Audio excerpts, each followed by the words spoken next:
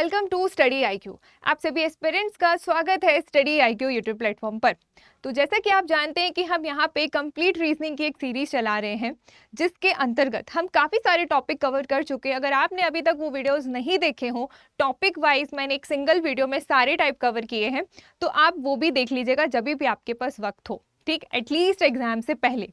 Now आज के इस क्लास में मैं आपके लिए एक नया टॉपिक लेकर आई हूँ, that is order and ranking. ठीक है, one of important topic of reasoning. Clear?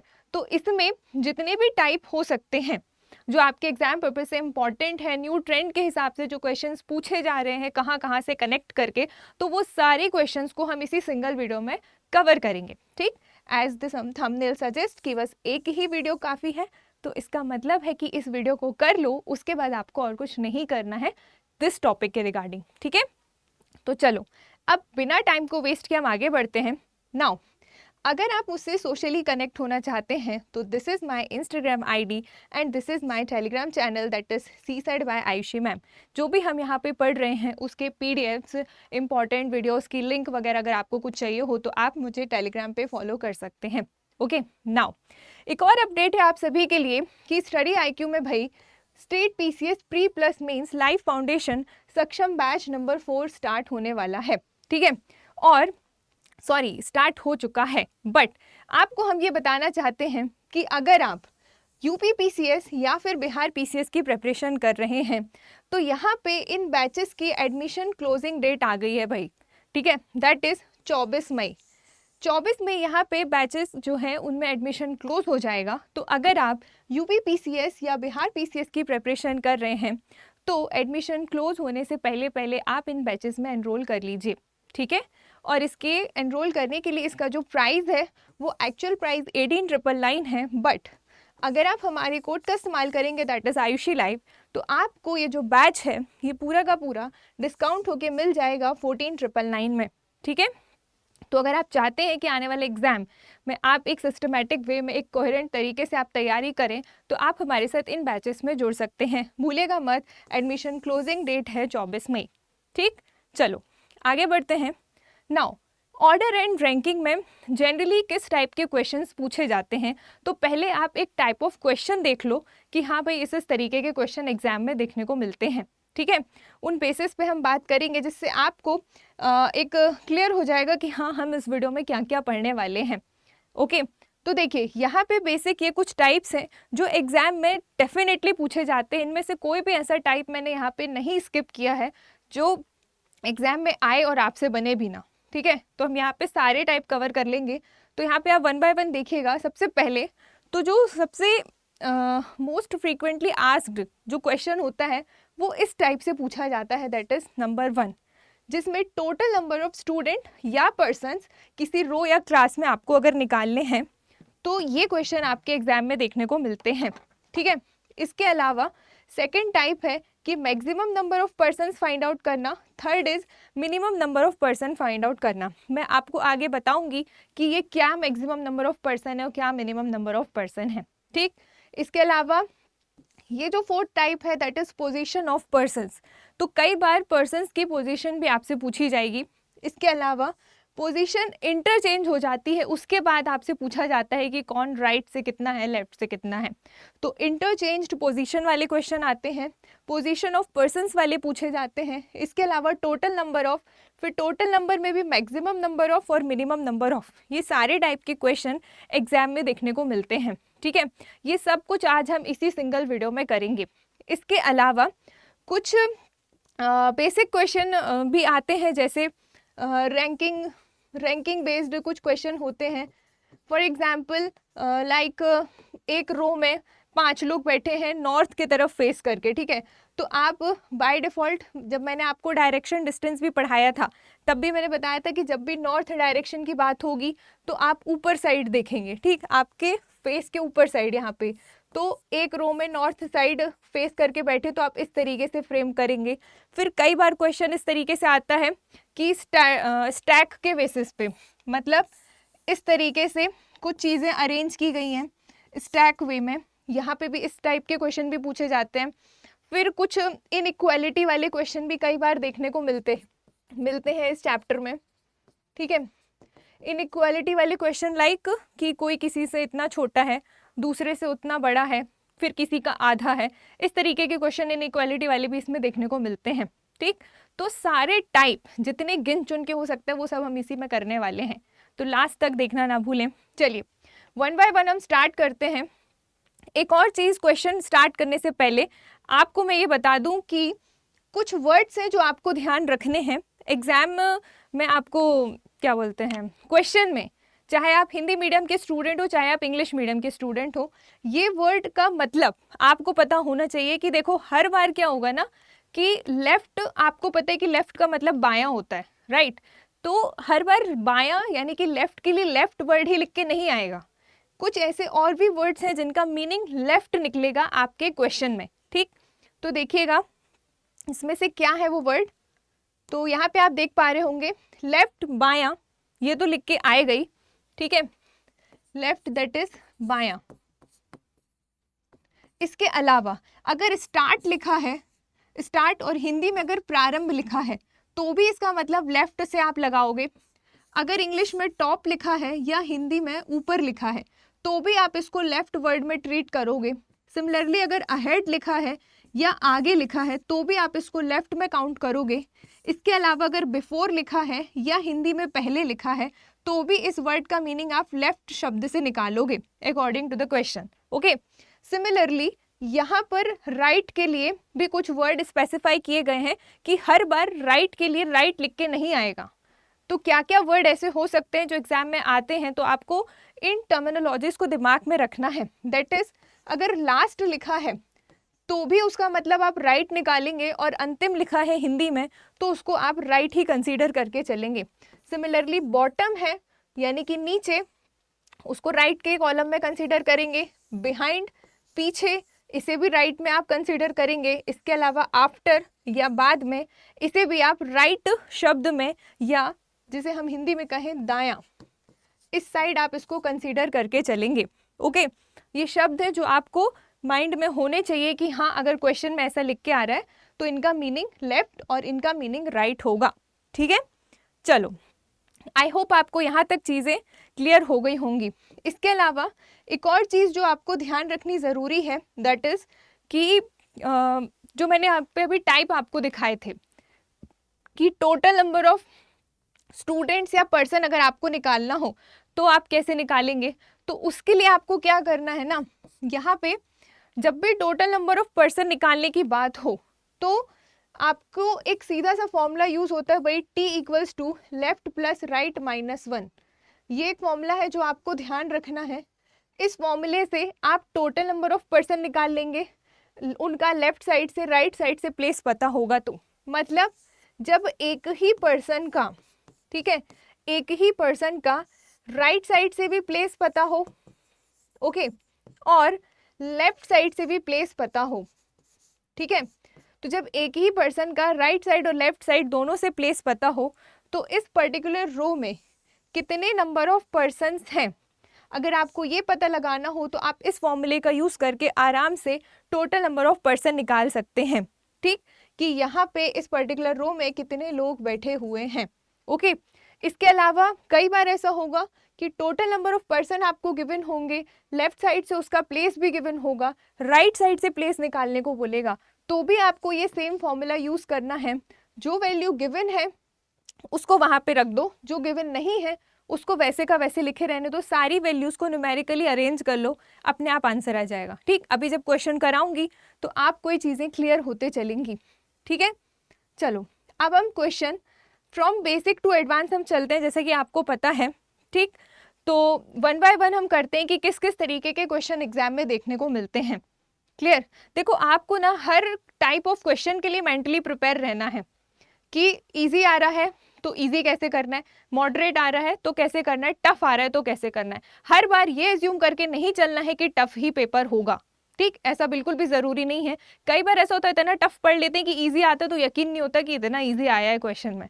Okay, तो इस मिसकंसेप्शन में नहीं रहना है। नाउ क्वेश्चन आपके सामने आप देख पा रहे होंगे, जैसे यहाँ पे लिखा है the 5 houses facing north are P, Q, R, S and T। मतलब ये कि उत्तर की ओर मुख किए हुए 5 घर हैं भाई। PQRST क्या है? 5 घर हैं। कहाँ, किस डायरेक्शन में फेस किए हुए हैं? North side. ओके, P जो है वो T और Q के बीच में है, जबकि T जो है वो S के राइट साइड है और S और R अंतिम छोर पर हैं। तो कौन सा घर ठीक बीच में है? तो कई बार इस तरीके के क्वेश्चन भी आते हैं कि लीनियर वे में आपसे पूछ रहा है, ठीक है, तो कैसे सॉल्व करोगे? कई बार क्यू के फॉर्म में पूछेगा, दैट इज सर्कुलर फॉर्म में पूछेगा, तो कैसे करना है? तो उन सबको हम यहाँ पे डिस्कस करेंगे, राइट। देखो, तो इस टाइप के क्वेश्चन को आपको कैसे करना है, यहाँ पे सबसे पहले आप एक लाइन बना लीजिए, ठीक है। यहाँ पे बोल रहा है 5 घर हैं और 5 घर का नाम PQRST है। कौन कहाँ, बस ये पता है कि सबका फेस जो है ना वो नॉर्थ साइड है। तो ये हो गए 1 2 3 4 और ये 5, ठीक। ये 5 घर हैं जिनका फेस नॉर्थ साइड है। ओके, अब देखना हम अरेंज कैसे करेंगे वैल्यूज को। तो ये हमने नॉर्थ साइड कर लिए। नॉर्थ कैसे पता चला? यहाँ पे हमने डायरेक्शन बना लिए कि अप साइड नॉर्थ डायरेक्शन होती है, ठीक है। नाउ इसको सेंटर पॉइंट क्रिएट कर लो, ये लाइन को। हाँ, तो अब आप अरेंज कीजिए। क्वेश्चन इज कि P जो है वो T और Q के बीच में है। P जो है, जो P है, अगर P यहाँ पे है तो P T और Q के बीच में है। अगर T यहाँ है और इस Q यहाँ है, अभी हम जस्ट सपोज करके चल रहे हैं कि इस तरीके से होंगे, ठीक है। जबकि जो T है वो S के राइट साइड है। मतलब ये जो T है, अगर S यहाँ होगा, आप खुद सोचो, अगर S यहाँ होगा तो राइट उसका यही होगा। और क्वेश्चन क्या कह रहा है कि S के राइट में है, मतलब S यहाँ पे है, ठीक है। ये हो गया S के राइट में T। S और R अंतिम छोर पर हैं, मतलब एक छोर ये है, ठीक। अब S तो चेंज होगा नहीं क्योंकि S के राइट में है T और S और R दोनों ही अंतिम छोर पर हैं। मतलब एक छोर पे ये है S और एक छोर पे R है। तो अगर R यहाँ, R ऑब्वियसली यहाँ होगा, क्यों? अगर S यहाँ पे होता है तो इसके बाद हमको T लाना पड़ेगा राइट में, तो वो तो फिर S अंतिम पे काउंट नहीं हो पाएगा। लेकिन अगर S यहाँ पे होता है तभी S के राइट में T होगा, ठीक। तो ऑब्वियस है R हमारा लास्ट में होगा। तो इस तरीके से हमने सारे 5 के 5 घरों को अरेंज कर लिया जो कि नॉर्थ के साइड फेस करके बने हुए हैं। ओके, अब आपसे पूछ रहा है कि कौन सा घर ठीक बीच में है।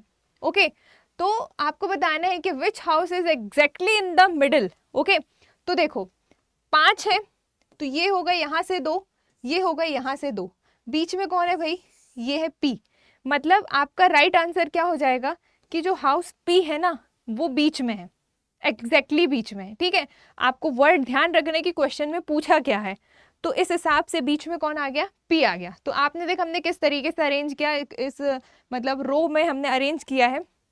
5 घरों का फेस नॉर्थ साइड है और फिर कौन किसके राइट कौन किसके लेफ्ट है, इस तरीके से आपको अरेंज करना है। नहीं बनता है अगर एक ही लाइन में बनाते तो आप साइड साइड में सेगमेंट्स के फॉर्म में इनको लिखते जाइए कि P T और Q के बीच में है। नहीं पता है तो P को इस तरीके से लिख लो, T और Q के बीच में, अलग से अलग बना लो इसको। फिर अगली जो कंडीशन बोले कि S के राइट में T है तो इसको इस तरीके से बना लो, T यहाँ है तो S यहाँ आ जाएगा, ठीक है। कई तरीके हैं इसको सॉल्व करने के, डिपेंड करता है कि इन एग्जामिनेशन हॉल आपका क्या दिमाग चल रहा है वहाँ पे। ओके, नाउ ये हो गया एक क्वेश्चन, इस टाइप का एग्जाम में समटाइम्स देखने को मिलता है। नाउ अगला क्वेश्चन है आपके सामने, देखिएगा क्या है क्वेश्चन। क्वेश्चन इज कि B is twice as old as A। मतलब जो B है वो A से उम्र में 2 गुना बड़ा है। अब देखो यहाँ पे कुछ ऐसे लैंग्वेज बेस्ड भी क्वेश्चन देखने को मिलेंगे ऑर्डर एंड रैंकिंग में। इसके अलावा जो मैंने फ्रंट पे दिखाई कि किस किस टाइप के आते वो तो कराऊंगी ही, मैं यहाँ पे हर वो टाइप ला रही हूँ जो आ सकता है या आया हुआ है एग्जाम में, ठीक है। तो आपको सबको कवर करके चलना है। बिल्कुल भी ये दिमाग में नहीं आना चाहिए भाई कि हम ये नहीं पढ़ के गए थे इसलिए नहीं बना, ये क्वेश्चन नहीं होना चाहिए। Now question is B A से उम्र में 2 गुना बड़ा है। मतलब अगर A की उम्र x है, ठीक है, तो B की उम्र कितनी होगी भाई? B A से 2 गुना बड़ा है, मतलब B की उम्र हो गई 2x, ठीक है, ये हम मान के चल रहे हैं। नाउ लेकिन F से छोटा है, लेकिन कौन? B, ठीक है। तो b जो है वो f से छोटा है, सॉरी f से 2 गुना छोटा है। तो मीन्स ये कि भाई f जो है वो 4x रहा होगा, तब तो जाके 2 गुना छोटा उसका b होगा 2x, ठीक है। और ये 2x है तो x का ये 2 गुना होगा, और 4x से 2 गुना छोटा मतलब 2x होगा, तभी तो 5 को सॉरी f को 4x सपोज करोगे तब जाके तो इसका 2 गुना छोटा 2x होगा, है ना। पहले हमने इसको अरेंज किया है, कैसे, क्योंकि b डिपेंडेंट था किस पे, a पे, तो a को माना फिर b आया, b जो है वो f से क्या है 2 गुना छोटा है, मतलब f जो है वो b से 2 गुना बड़ा होगा। इसको आप इस तरीके से भी कह सकते हो कि b f से 2 गुना छोटा है या f b से 2 गुना बड़ा है, दोनों का मतलब एक ही है, ठीक है। इस तरीके से आपने अरेंज कर लिया a b और f को। नाउ अगली कंडीशन है कि c की उम्र a से आधी है। हाँ, a की उम्र ये है, क्वेश्चन कह रहे हैं कि c की उम्र a से आधी है, मतलब x/2। अगर a की उम्र x है तो c की उम्र a से आधी मतलब x/2 हो जाएगा, होगा कि नहीं, खुद सोचो। एंड एक और कंडीशन है कि लेकिन d से 2 गुनी है, कौन, c की उम्र, तो c की उम्र d से 2 गुनी है, ठीक है। तो d कितना होगा, d अगर x/4 रहा होगा तब तो d का उम्र का 2 गुना कौन होगा, c होगा। यही क्वेश्चन है ना कि c की उम्र a से आधी है लेकिन d से 2 गुनी है, तो d अगर x/4 है, आप खुद सोचो x/4 का अगर आप 2 गुना करोगे तो ये कितना आ जाएगा x/2, और x/2 ही कौन है, c। और यही तो क्वेश्चन कह रहा है कि जो d है सॉरी आज थोड़ा गला खराब है, तो जो d है, जो c है वो d से उम्र में क्या है 2 गुना है, c की उम्र d की उम्र से 2 गुनी है, तो d की x/4 रही होगी, जब x/4 का 2 गुना करोगे तो c आ जाएगा, और c किस पे डिपेंडेंट है, a पे, a का आधा है। तो इस तरीके से हमारी वैल्यूज जो है वो सेटिस्फाई हो रही हैं, ओके। अब क्वेश्चन आपसे पूछ रहा है कि who is the second eldest, मतलब ये कि दूसरा सबसे बड़ा कौन है। तो सबसे पहले तो आप ये देख लो कि कौन सबसे बड़ा है, तब देखना दूसरा सबसे बड़ा कौन है कि नहीं, है ना। तो अब देखो सबसे बड़ा कौन हो जाएगा भाई, सबसे बड़ा हो जाएगा 4x, ठीक है, फिर आएगा 2x, फिर आएगा x, ठीक, और फिर इसके बाद आएगा x/2, और फिर इसके बाद आएगा x/4। यहाँ पे जगह नहीं है इसलिए मैंने x/2 यहाँ पे लिखा है, ओके। तो अब आप देखो सबसे बड़ा कौन हो गया भाई, सबसे बड़ा हो गया f। हमसे क्या पूछा है, who is the second eldest, दूसरा सबसे बड़ा कौन है 2x, और 2x किसकी एज है, b की। तो आपका राइट आंसर क्या हो जाएगा, यहाँ पे ये ऑप्शन गलत हो गए हैं, इसको आप अवॉइड कीजिएगा, यहाँ पे आपका राइट आंसर हो जाएगा भाई b। हमसे एज निकालने को नहीं बोला है, सिर्फ कौन सेकेंड एल्डेस्ट हमसे ये पूछा है, ठीक है। तो यहाँ पे आपका राइट आंसर क्या हो जाएगा, जो b है, b जो है वो क्या है, सेकेंड एल्डेस्ट होगा, ठीक है। इस तरीके से आपको इन क्वेश्चंस को डील करना है।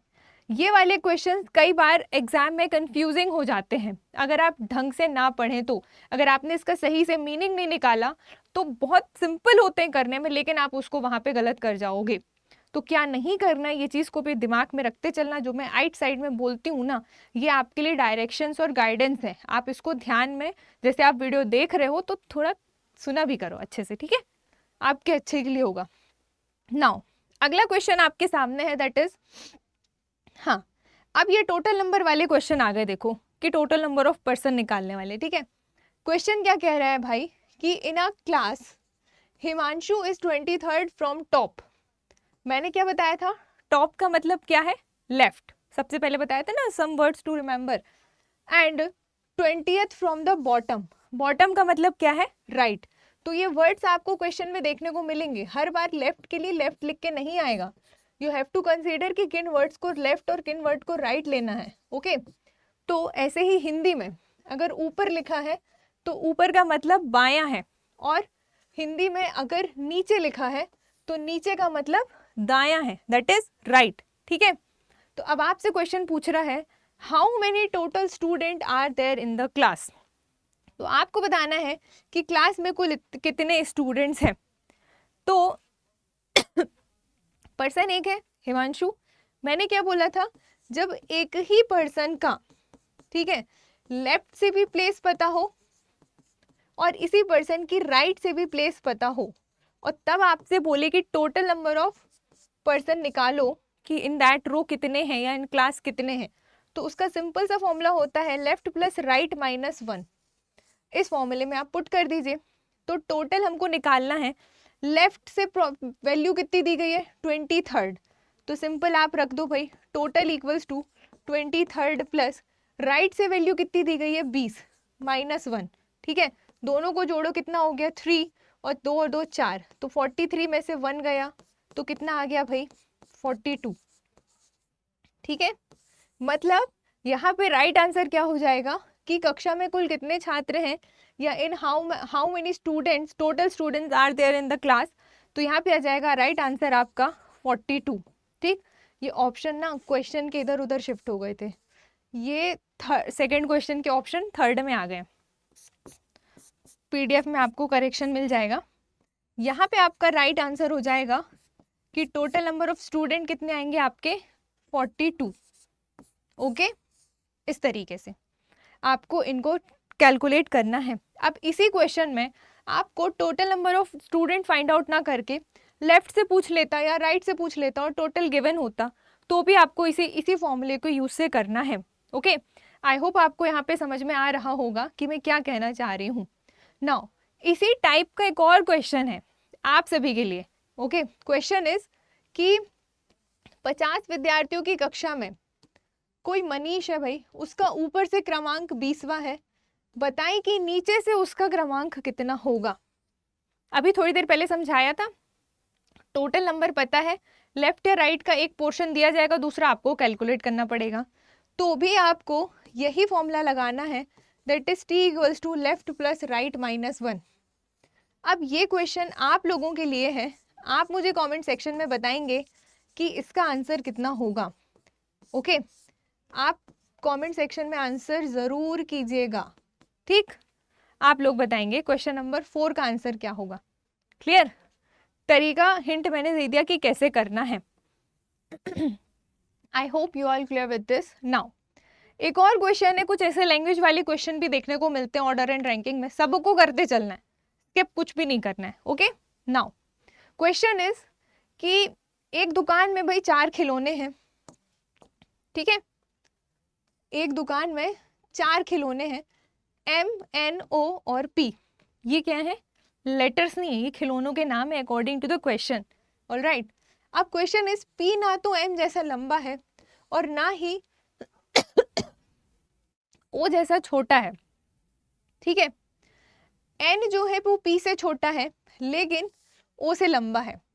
यदि मोना को सबसे लंबा खिलौना चाहिए है या खरीदना है तो वह कौन सा खिलौना खरीदेगी। आप देख रहे हो क्वेश्चन कैसा है, तो जैसा जैसा क्वेश्चन कह रहा है ना, सेगमेंट्स में डिवाइड कर लो और बनाते जाओ इनइक्वालिटी। ओके, नाउ एक दुकान में 4 खिलौने हैं।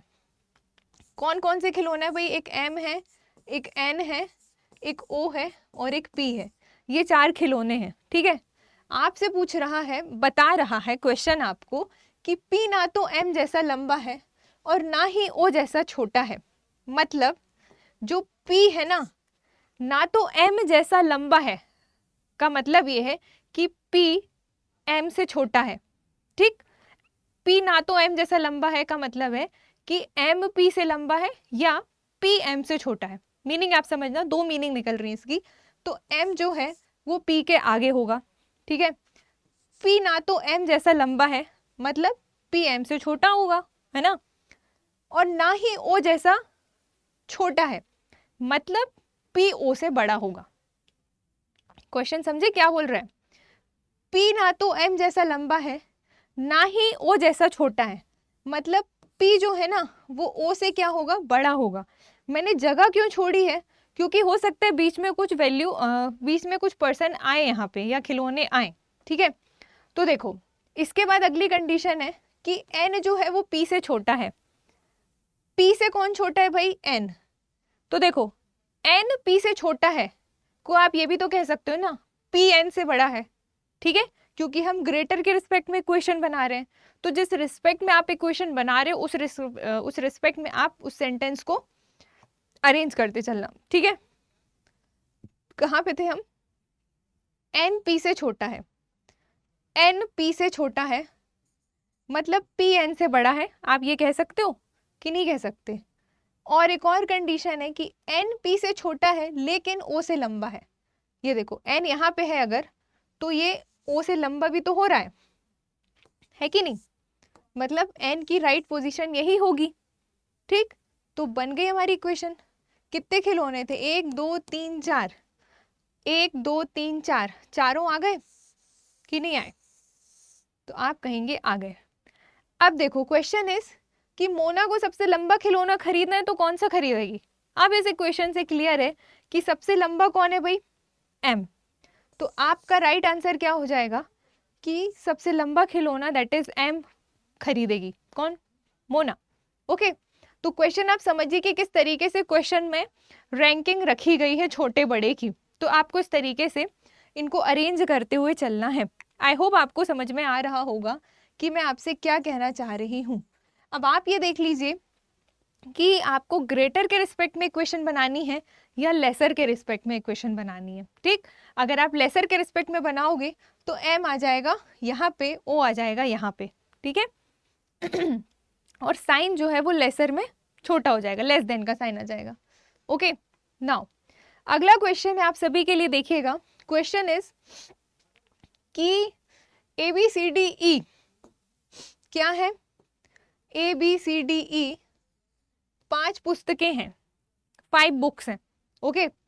एंड CD के ऊपर है, E A के नीचे है, D A के ऊपर है, B E के नीचे है। तो सबसे नीचे कौन सी बुक है आपको ये बताना है। तो ये अब आ गई स्टैक बेस्ड रैंकिंग कि मतलब अब स्टैक के फॉर्म में आपको कैसे अरेंज करोगे अगर आपको कोई डेटा गिवन है तो देखिए आपको क्या करना है, सिंपली आप इस तरीके से एक स्टैक बना लोगे, ओके। नाउ क्वेश्चन ने क्या बोला है भाई? 1 2 3, 1 2 3 4 5, 5 बुक्स हैं तो 5 कॉलम हमने बना लिए जस्ट बिकॉज ऊपर नीचे वाली वैल्यूज हैं। तो इस तरीके से आप एक स्टैक फ्रेम कर लोगे, ओके। सबसे पहले सेगमेंट उठा लो, सी डी के ऊपर है तो जो सी है वो डी के ऊपर है, कुछ इस तरीके से होगा, ठीक है। ई ए के नीचे है, जो ई है वो ए के नीचे है तो ए ऊपर होगा, ई नीचे होगा, ठीक। अभी हम इसको साइड में बना रहे हैं, फिर हम इस बॉक्स में अरेंज कर देंगे। एंड डी ए के ऊपर है, ए यहाँ पे है, बोल रहे डी ए के ऊपर है, मतलब डी अगर यहाँ होगा और डी के ऊपर सी है तो सी यहाँ पे होगा, ठीक। इस तरीके से बनेगा। और क्वेश्चन आगे और भी है कि जो बी है ना, बी ई के नीचे है तो ई कहाँ है? यहाँ। तो बोल रहे बी ई के नीचे है, तो इस तरीके से ऊपर नीचे कौन है ये बन गया। तो सबसे पहले आएगा सी, फिर आएगा डी, फिर आएगा ए, फिर आएगा ई एंड फिर आएगा बी, ठीक। ये हमने अरेंज कर लिया। अब कौन किसके ऊपर कौन किसके नीचे है, डायरेक्ट स्टैक में अरेंज करते ना बने तो जैसे मैंने अभी 2-2 के पेयर में अलग किए ना वैसे आप कर सकते हो, ठीक है। आपकी चॉइस है कि आपको किस तरीके से करना है। नाउ यही डायरेक्ट रखने लगोगे तो वहीं काटा पीटी करोगे, तो ये आपको नहीं करना है, ठीक है। थोड़े नीट एंड क्लीन अपना वर्क रखो तो दिमाग भी चलेगा कि कैसे सॉल्व कर रहे हैं। नाउ क्वेश्चन पूछ रहा है आपसे कि सबसे नीचे कौन सी बुक है, तो ये बुक्स ही है। तो सबसे नीचे कौन है भाई? बी। तो बी कहाँ है? बी है ये, यहाँ पे बी होगा, ऑप्शन सी लिखा ही नहीं, ठीक है। तो बी हो जाएगा आपका कि सबसे नीचे कौन सी बुक है, ये देखो बी है, ठीक है। तो इस तरीके से आपको अरेंजमेंट करते आना चाहिए कि कहाँ पे हम कैसे फिट करें कि जो इक्वेशन है वो हमारी सेटिस्फाई हो जाए, चाहे वो इस तरीके से हो ग्रेटर देन लेसर देन के बेसिस पे, चाहे वो ऐसे अप एंड डाउन के बेसिस पे हो, ठीक है। आई होप आप समझ पा रहे होंगे कि किस किस तरीके के क्वेश्चन एग्जाम में देखने को मिल सकते हैं। चलिए नाउ अगला क्वेश्चन है आप सभी के लिए, देखिएगा। क्वेश्चन इज कि 5 फ्रेंड्स हैं, ठीक है। अब यहाँ पे लेंथ की बात की गई है, एम एच से लंबा है लेकिन जे से छोटा है, जे जो है वो वी और एस से लंबा है और वी एच से छोटा है, ठीक है। लेकिन क्या कंडीशन आ गई, उनमें से सबसे छोटे से लंबा है कौन, वी, ठीक है।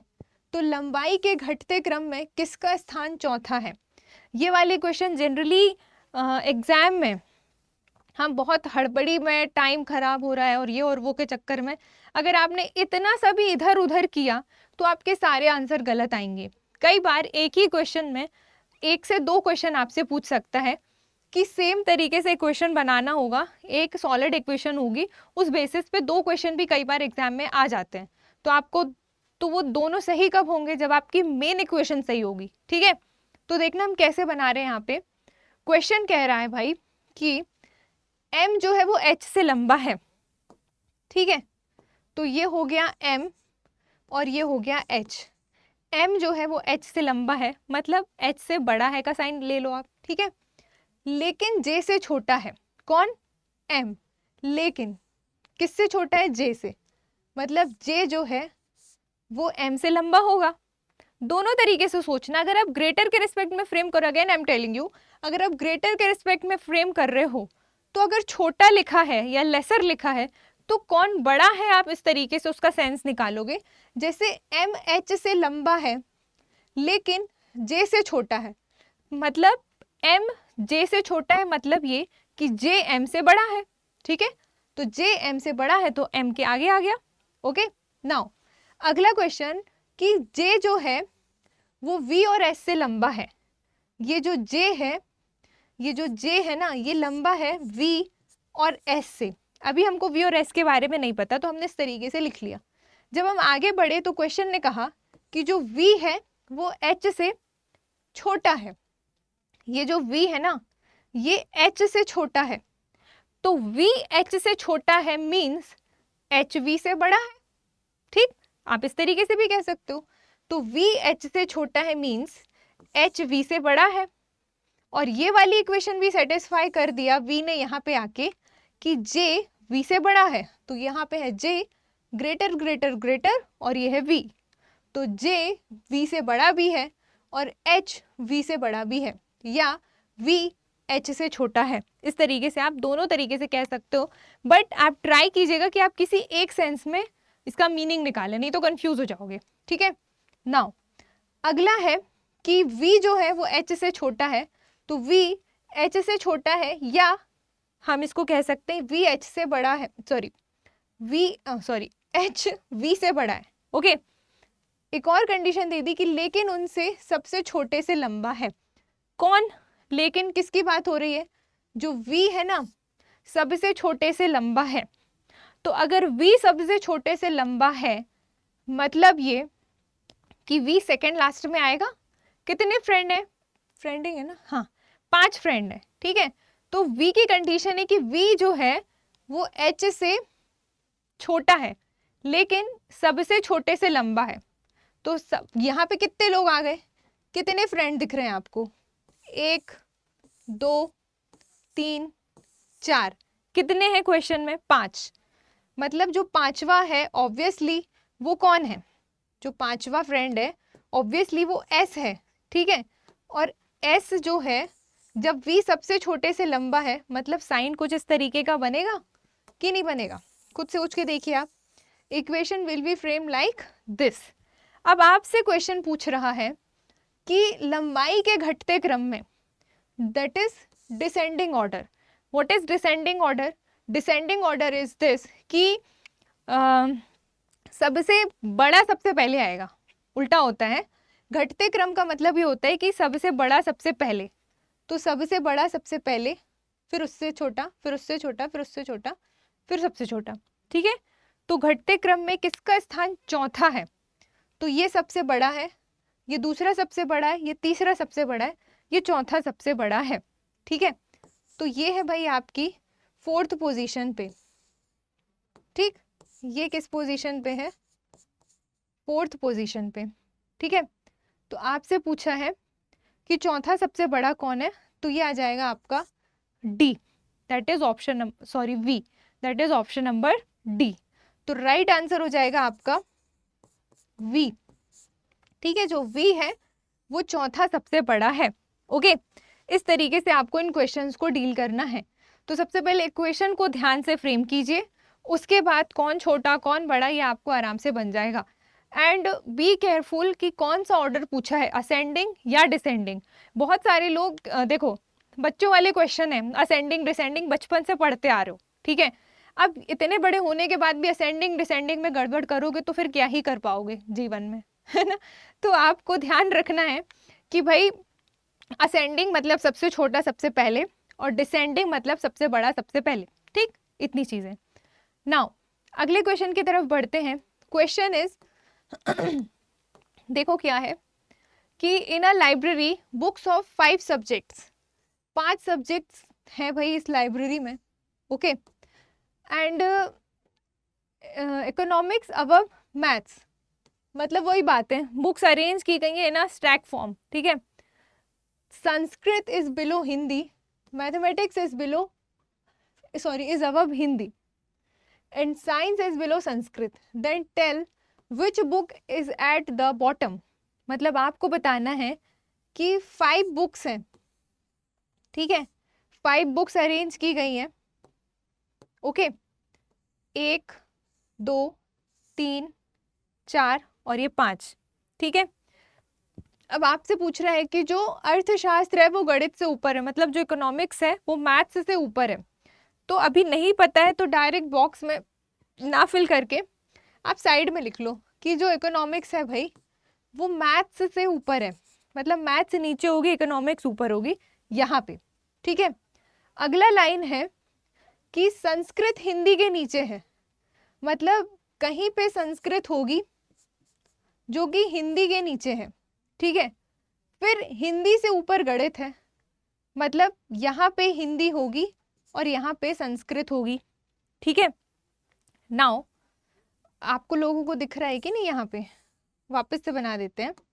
क्वेश्चन इज कि अर्थशास्त्र इकोनॉमिक्स मैथ्स से ऊपर है, मतलब अगर यहाँ पे इकोनॉमिक्स है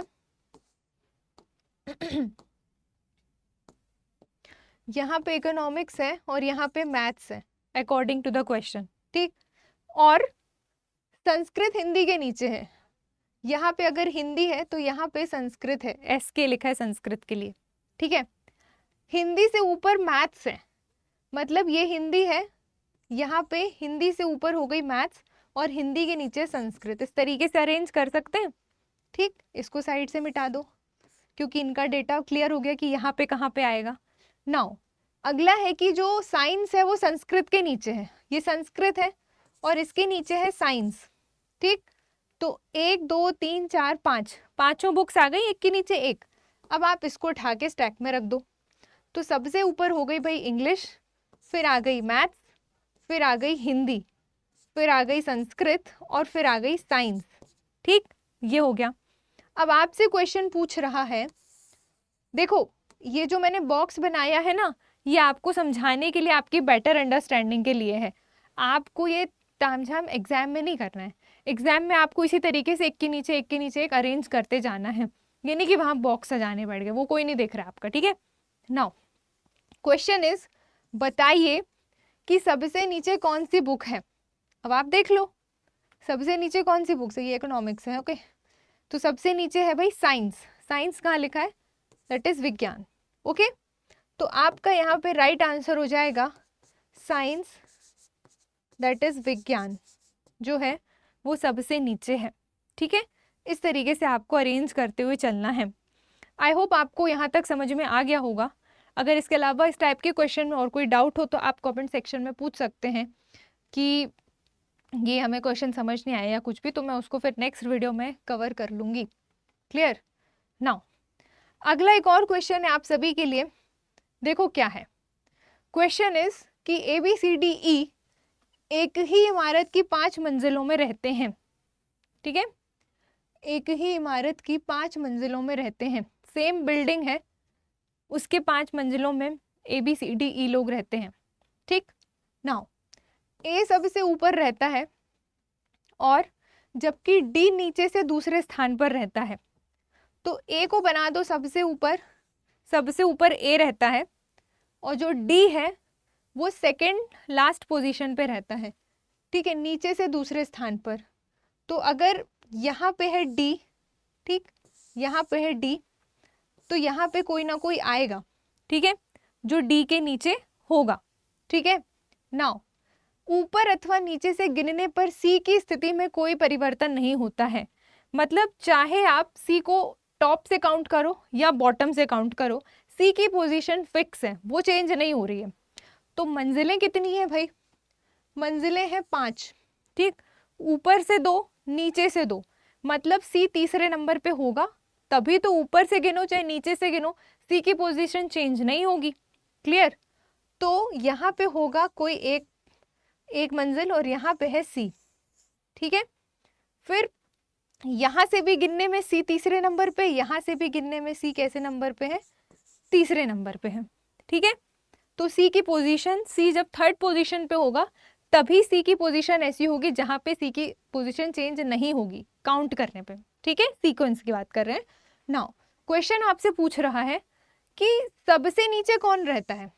अब आप देखिए मंजिलें कितनी हैं, तो आप कहेंगे मैम मंजिलें 5 हैं, एक है ए, एक है बी, सी, डी और ई, ये 5 मंजिलें हैं, ठीक।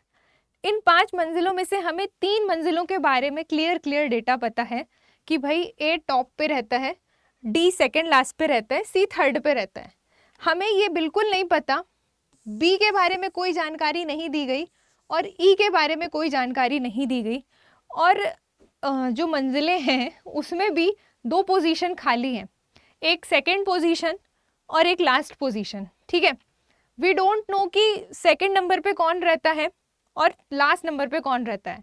हमें पता है कि दो मंजिल बची हैं अभी, बी और ई, लेकिन हम कैसे एग्जैक्टली कह सकते हैं, कोई हम देखने गए हैं क्या उन मंजिलों में कि भाई बी दूसरे नंबर पे रहता है, ई लास्ट नंबर पे रहता है, या ई या फिर बी लास्ट में रहता है, ई ऊपर रहता है? आप देखने गए क्या? नहीं, ठीक है, ये सिर्फ एग्जामिनर को पता है। ओके, तो इस टाइप के क्वेश्चन में अब आपसे पूछ रहे हैं कि सबसे नीचे कौन रहता है, तो वहां पे आप अपना प्रैक्टिकल दिमाग नहीं चलाएंगे कि अपने मन से लगा के आ गए कि भाई या तो बी आंसर होगा या तो ई आंसर होगा। सोचोगे कि बी या ई ही बचे हैं 2 मंजिलें, तुक्का लगा दो बी होगा या ई होगा, तो ये काम नहीं करना है। वहाँ पे जब इन्फॉर्मेशन आपको गिवन नहीं है तो यू डोंट नो कि कौन कहाँ रहता है, ठीक। नीचे का पूछा है, नहीं पता कौन कहाँ रहता है, तो आपका यहाँ पे राइट आंसर हो जाएगा कि ज्ञात नहीं कर सकते या फिर कांट डिफाइन, ठीक। CND आपका आंसर यहाँ पे हो जाएगा, ठीक है। तो इस टाइप के क्वेश्चन को थोड़ा केयरफुली करना, जितना इन्फॉर्मेशन गिवन है उसके बारे में वैल्यू को एक्यूरेट अरेंज करो, जिनके बारे में जानकारी नहीं दी गई है उसको आप अपने तरफ से जानकारी देंगे भी नहीं, ठीक है। इस तरीके से आपको इन क्वेश्चंस को करना है। आई होप आपको यहाँ तक चीज़ें क्लियर हो गई होंगी। अब मेन इम्पॉर्टेंट आपके कुछ इस तरीके के क्वेश्चन भी एग्जाम में आते हैं जो कि मैं यहाँ पे डिस्प्ले कर रही हूँ। अभी तक हमने जो पढ़े ये भी एग्जाम में पूछे गए हैं, ओके, तो ये भी आपको जानने ज़रूरी थे, तो मैंने इनको करा दिए भाई लाइन बाय लाइन, ठीक। अब और इम्पॉर्टेंट क्वेश्चन जो कि इस चैप्टर में पूछे जाते हैं दैट इज हेयर। अब हम यहाँ से स्टार्ट करते हैं। नाउ अब आपको जो मैंने सबसे पहले बताया था कि टोटल नंबर ऑफ पर्सन पूछे जाना, ठीक है, maximum number of person, minimum number of person, तो क्या मैक्सिमम क्या मिनिमम वो यहाँ से आपको क्लियर होगा। देखिएगा, नोट है आप सभी के लिए कि आप ध्यान रखें भाई इस चीज़ को कि जब किसी पंक्ति में, ठीक है, या इन एनी रो एक व्यक्ति का स्थान एक साइड से और दूसरे व्यक्ति का स्थान दूसरे साइड से आपको दिया गया हो, ओके, और उनके बीच कुछ व्यक्तियों की संख्या भी आपको दी गई हो, तब या तो आपसे बोलेगा total maximum number of person कितने हैं, या पूछेगा मिनिमम नंबर ऑफ पर्सन कितने हैं। इस टाइप पे बेस्ड ये एक कॉन्सेप्ट है, ठीक है, इस पे बेस्ड 2 क्वेश्चन आपसे पूछे जाते हैं। आपने कॉन्सेप्ट समझ लिया कि कैसी फ्रेमिंग होगी, क्या टाइप कंसीडर कर रहा है, कि पर्सन एक होगा, उसका लेफ्ट से भी पोजीशन पता होगी, उसकी राइट से भी पता होगी और उनके बीच में भी कुछ लोग बैठे होंगे। और अब आपसे पूछ रहा है कि दो केस बनेंगे यहाँ पे, या तो आपसे examiner maximum number of person निकालने को बोलेगा या मिनिमम नंबर ऑफ पर्सन निकालने को बोलेगा।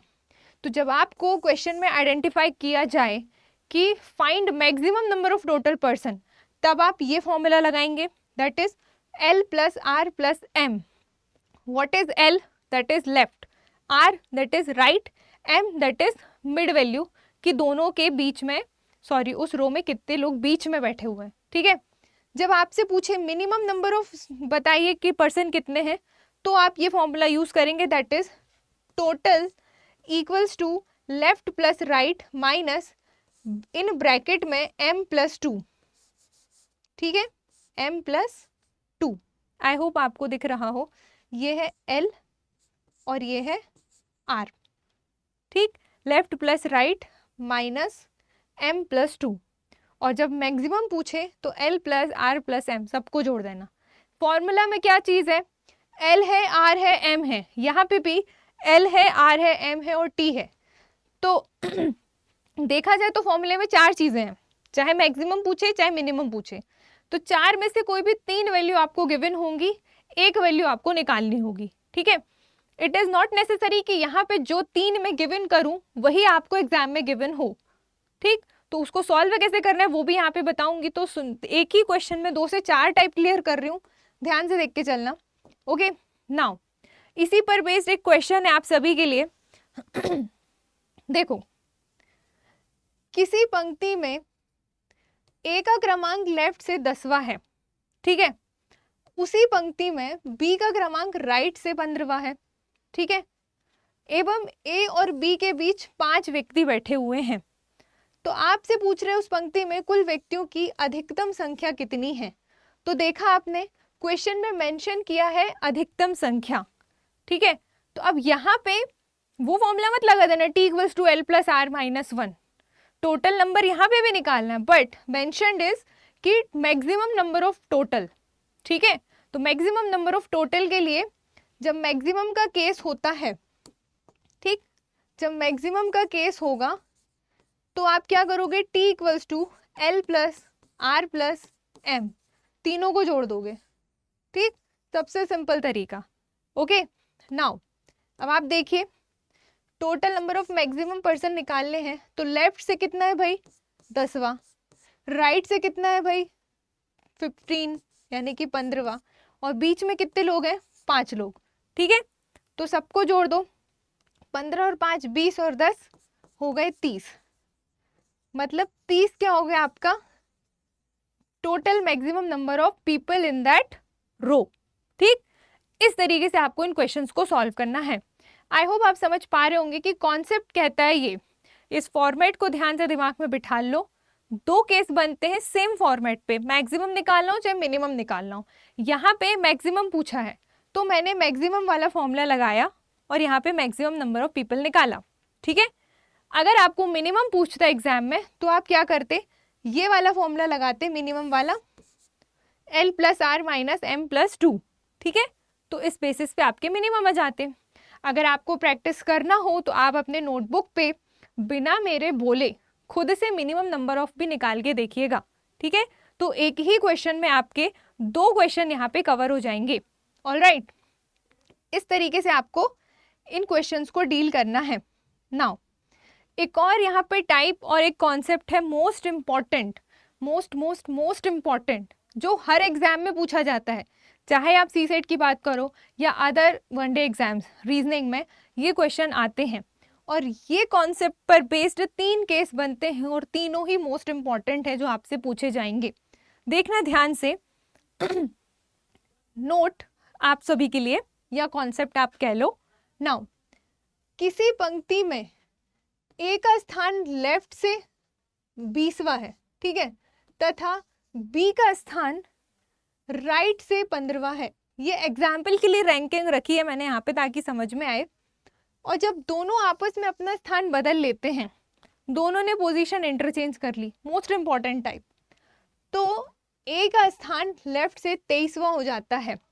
ठीक है, इंटरचेंज, जब पोजीशन इंटरचेंज हुई तो ए की प्लेस वैल्यू यहाँ पे गिवन है, हो सकता है एग्जाम में बी की प्लेस वैल्यू दे दी जाए, ठीक। तो अब आपको यहाँ पे इस फॉर्मेट पे बेस 3 क्वेश्चन एग्जामिनर पूछेगा। या तो वो पूछेगा कि टोटल नंबर ऑफ पर्सन कितने हैं आप ये बताइए, सेम कॉन्सेप्ट पे। या तो वो पूछेगा after interchanging place of person, person की प्लेस इंटरचेंज करने के बाद क्या कंडीशन हो रही है, कौन कहाँ पे है। या फिर वो आपसे पूछेगा कि total number of person between them, या फिर दोनों पर्सन्स के बीच में कितने लोग बैठे हुए हैं, ये पूछेगा। तो इसको बिल्कुल दिमाग में बिठा लेना, ये बहुत इंपॉर्टेंट है। अब हम कैसे करेंगे देखना। देखो, ए का स्थान लेफ्ट से 20वां है, ठीक है।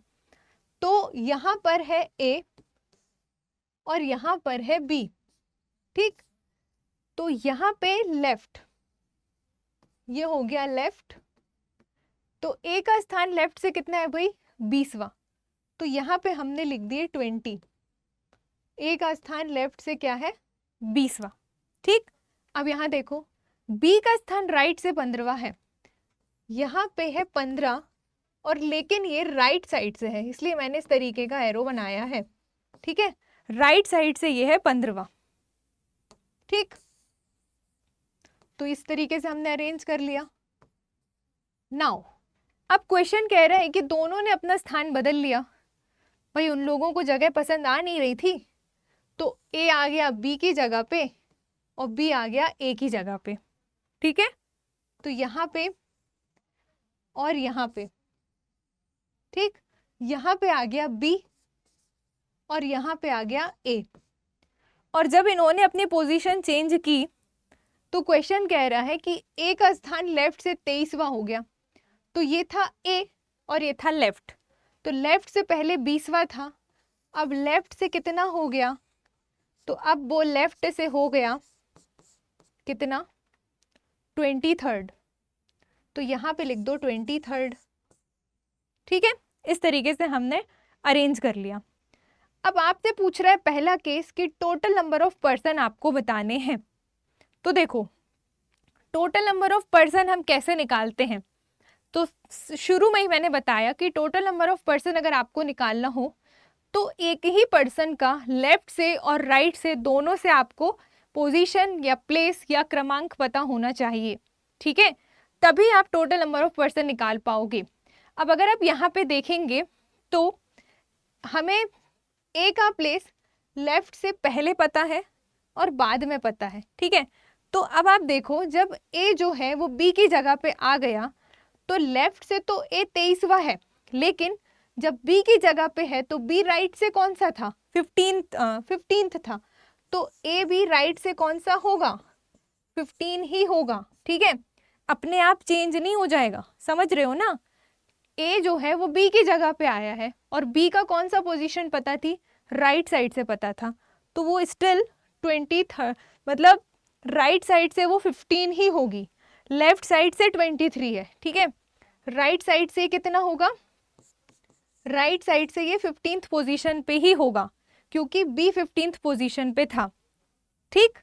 तो एक ही पर्सन हो गया ए का राइट से स्थान हो गया 15, लेफ्ट से स्थान हो गया बी 23। तो एक ही पर्सन का दोनों तरफ से प्लेस पता चल जाए तो टोटल नंबर ऑफ पर्सन निकाल सकते हो कि नहीं निकाल सकते। क्या पूछा है आपसे यहाँ पे, टोटल नंबर ऑफ पर्सन। तो कैसे निकालोगे, simply total number of person निकालने के लिए आप क्या करेंगे, टोटल नंबर ऑफ पर्सन निकालने के लिए लेफ्ट प्लस राइट -1 ये वाले फॉर्मूले से आप निकाल लेंगे।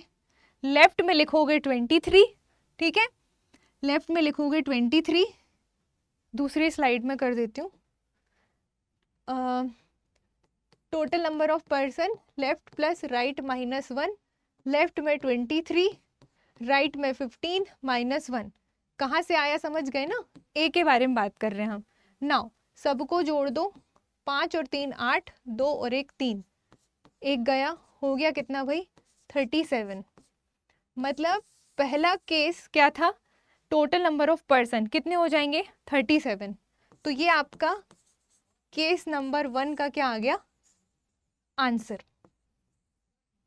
ठीक है, केस नंबर 1 का आंसर। ओके, नाउ अगला केस है कि after interchanging places of person.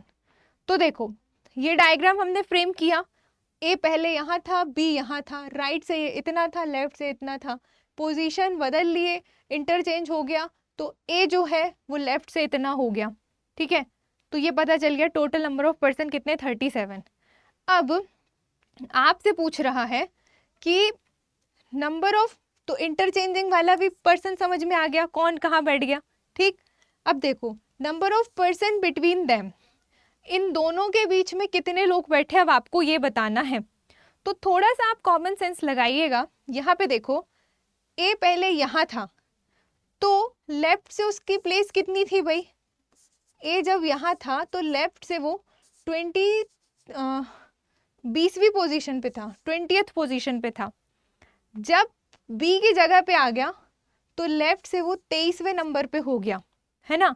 तो पहले 20वें नंबर पे था, फिर 23वें नंबर पे हो गया, तो कितने लोगों को क्रॉस किया उसने, बीच में कितने लोग होंगे, खुद सोचो।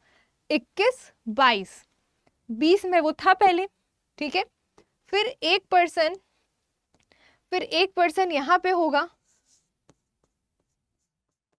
ठीक, और एक पर्सन यहाँ पे होगा।